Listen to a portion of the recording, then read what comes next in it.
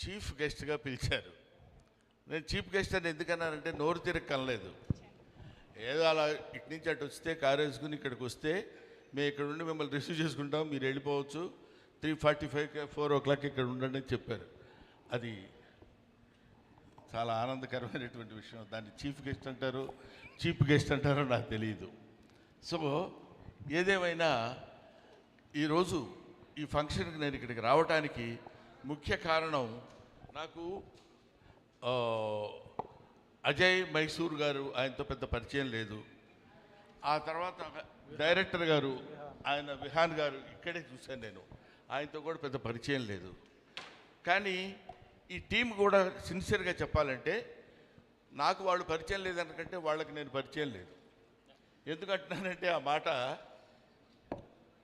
వీళ్ళందరూ ఎవరూ తెలియకపోయినా ఈ ఫంక్షన్లో నేను మాట్లాడటానికి ఎందుకు వచ్చానంటే, the title of the film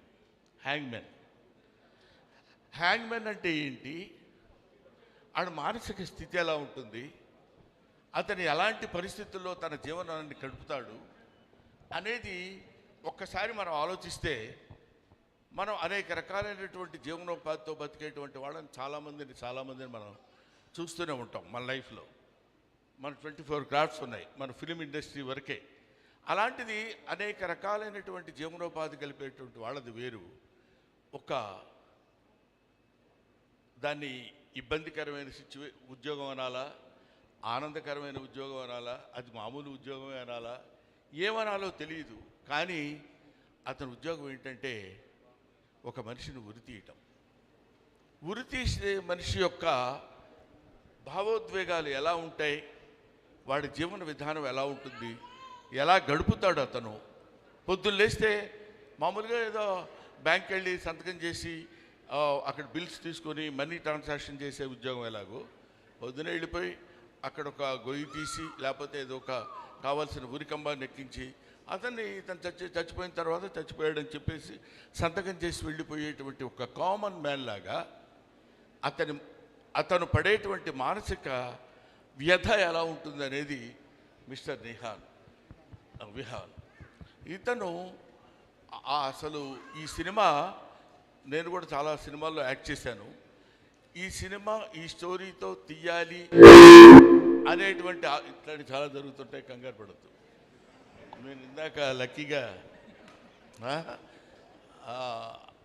అటువంటిది ఆ థాట్తో ఈ సినిమా చెయ్యాలి అనేటువంటి ఆలోచన రావటం డెఫినెట్గా నేను ఇతన్ని కంగ్రాచులేట్ చేస్తున్నాను.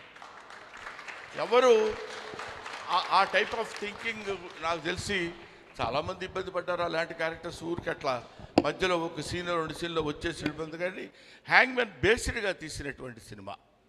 తర్వాత ఈ సినిమా ఇండస్ట్రీలో ఏంటంటే కొంతమందికి బాగా కలిసి వస్తుంది సినిమా అంటేనే అది కలిసి రావటమే సినిమా. కుదరాలి అంటాం చూడండి, వాడికి బాగా కుదిరేసిందిరా అంటాం. అలా సినిమా అంటే అలా కలిసి రావాలి. నాకు తెలిసి బ్రహ్మాజీ ఒక మంచి విషయం ఉన్నటువంటి నటుడు. ఇందాక అమ్మాయి చెప్పినట్టు హీజ్ ఏ హీరో ఫ్రెండ్గా చేయగలడు, కమెడియన్గా చేయగలడు, విలన్గా చేయగలడు, విలన్ అసిస్టెంట్గా చేయగలడు, హీరోగా చేయగలడు. ఏ క్యారెక్టర్ ఇచ్చినా సరే చేసి పడ్డించగలిగినటువంటి అద్భుతమైన సత్తా ఉన్న వ్యక్తి బ్రహ్మాజీ. అటువంటి బ్రహ్మాజీకి సరైనటువంటి ఫుడ్ పడలేదే ఇంతవరకు అని ఆలోచించే వాళ్ళల్లో అతని మిత్రుడుగా నేను ఒకడిని.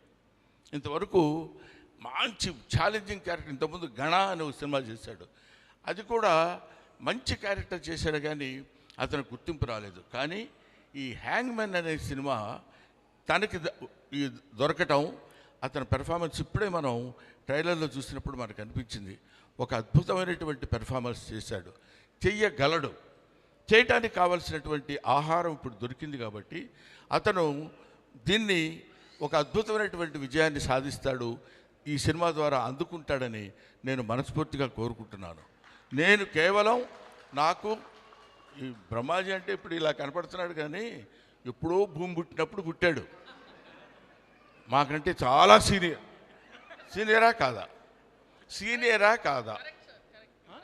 కరెక్ట్. ఎప్పటివాడివిరా నువ్వు?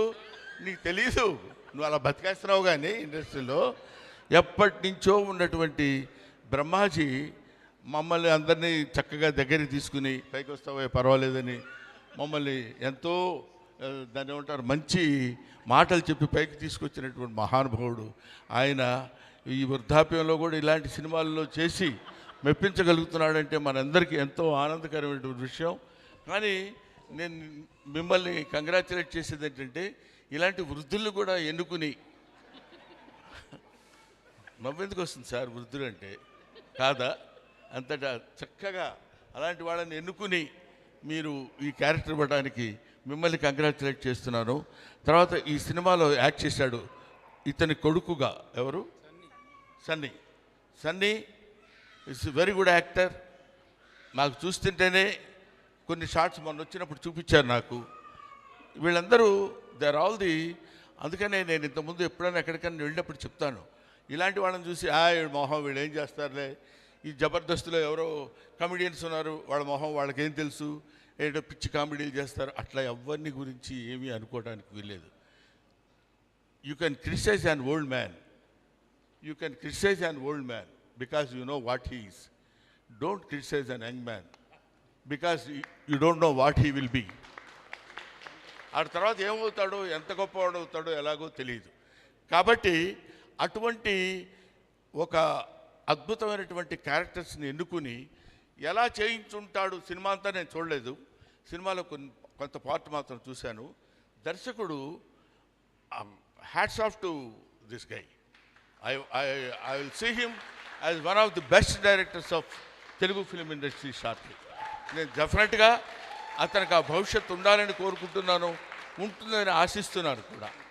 ఎందుకంటే ఇలాంటి వాళ్ళు ఉన్నప్పుడే, ఇప్పుడు మేమంతా కొంచెం పెద్ద బళ్ళు అయిపోయి వెనక్కి వెళ్ళిపోతున్న రోజుల్లో ముందుకు దూసుకొస్తున్నటువంటి వాళ్ళు యంగ్స్టర్స్ ముందుండాలి.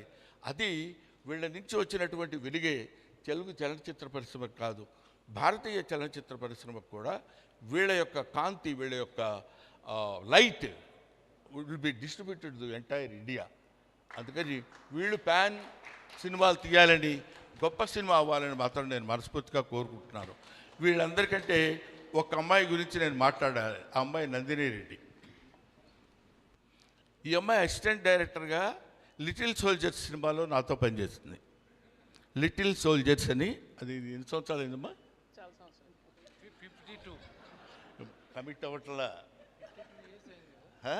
నీ గురించి కాదు. కాబట్టి నందిని రెడ్డి రీసెంట్గా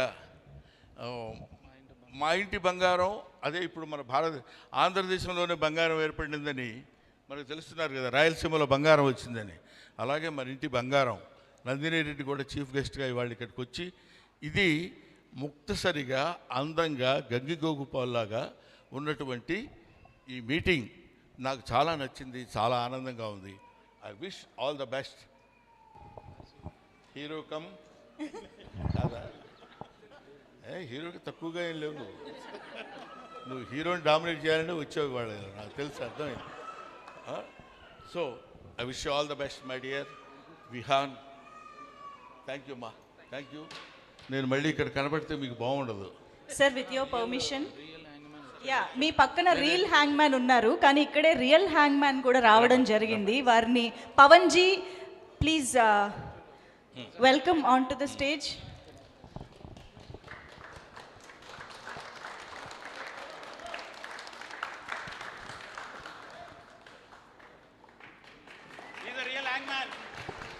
హలో, ఈయన రియల్ హ్యాంగ్ మ్యాన్ అన్నారు.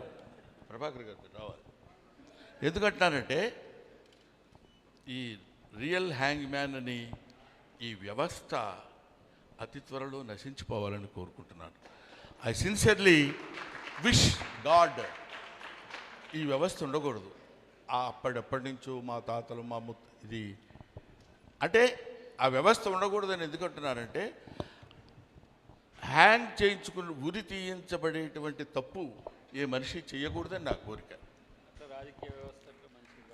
అదే రాజకీయ వ్యవస్థ, అన్ని వ్యవస్థలు సాంస్కృతిక వ్యవస్థ, రాజకీయ వ్యవస్థ, ఆర్థిక వ్యవస్థ, అన్ని రకాల వ్యవస్థలు సరైన పద్ధతిలో పనిచేసినప్పుడు ఒక మనిషిని ప్రాణం తీసేటువంటి శిక్ష విధించేటువంటి స్థితి ఏ మానవుడికి రాకూడదు. ఇంతోనే ఈ ఉరిశిక్ష అనబడేటువంటి హ్యాంగ్మెన్ అనబడేటువంటి ఆ వృత్తిని క్షీణించి నశించిపోవాలని నేను మనస్ఫూర్తిగా కోరుకుంటూ, ఈ సినిమా నీ ద్వారా పెద్ద హిట్ అయ్యి ఇది గొప్ప విజయాన్ని సాధించాలని నేను మనస్ఫూర్తిగా కోరుకుంటున్నాను. మా బ్రహ్మాజీని నాది బ్రహ్మ సగం కొట్టేశాడు. నేను బ్రహ్మ ఆనందాన్ని జీ గౌరవం దగ్గర ఆపేశాడు అర్థంకి. Thank you very much. Thanks a lot. Thanks అమ్మా. Thank you sir. సార్ ఒక్క గ్రూప్ పిక్చర్ సార్ మీరు ఇక్కడ